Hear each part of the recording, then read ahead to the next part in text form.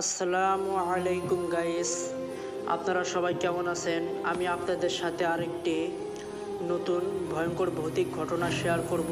এই ঘটনাটি পাঠিয়েছে নাম দীপঙ্কর। তিনি ভারতে থাকেন। বেশি কথা না বলে শুরু করা যাক। শুধু বাড়ি কিংবা কবরস্থান যে ভুতুরে হয় তা নয়, দুর্গও হতে পারে ভুতুরে। ভারতে রয়েছে তেমন এক দুর্গ, আরও এই দুর্গের ভুতুরে হওয়ার পেছনে রয়েছে করুণ ইতিহাস।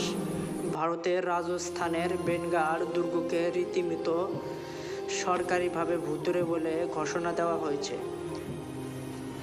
পৌরাণিক অনুযায়ী রানী রত্নাবালী এবং রাজা সিংসরিয়ার মধ্যে এক তুমুলতান্ত্রিক যুদ্ধ সংঘটিত হয়েছিল এখানে, এবং রাজা সে যুদ্ধে পরাজয় বহনপূর্বক মৃত্যুবরণ করেন। কিন্তু তিনি মৃত্যুর আগে অভিশাপ দিয়ে যান, যে ব্যক্তি সূর্যোদয় হওয়ার আগে এবং সূর্য অস্ত যাওয়ার পরে এখানে অবস্থান করবে তার মৃত্যু হবে। আর এ অভিশাপে বহু মানুষেরই করুণ পরিণতি ভোগ করতে হয়েছে, যার কোনো সঠিক পরিসংখ্যান নেই।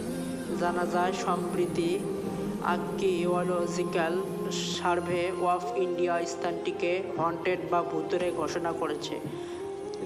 দুর্গটির রহস্যময় এ বিষয়গুলো বহু মানুষেরই আতঙ্কের কারণ হয়ে উঠেছে। ফলে পারতপক্ষে মানুষের দুর্গে যায় না বা গেলেও বেশিক্ষণ অবস্থান করে না। আশা করি এই ঘটনা আপনাদের অনেক ভালো লাগবে।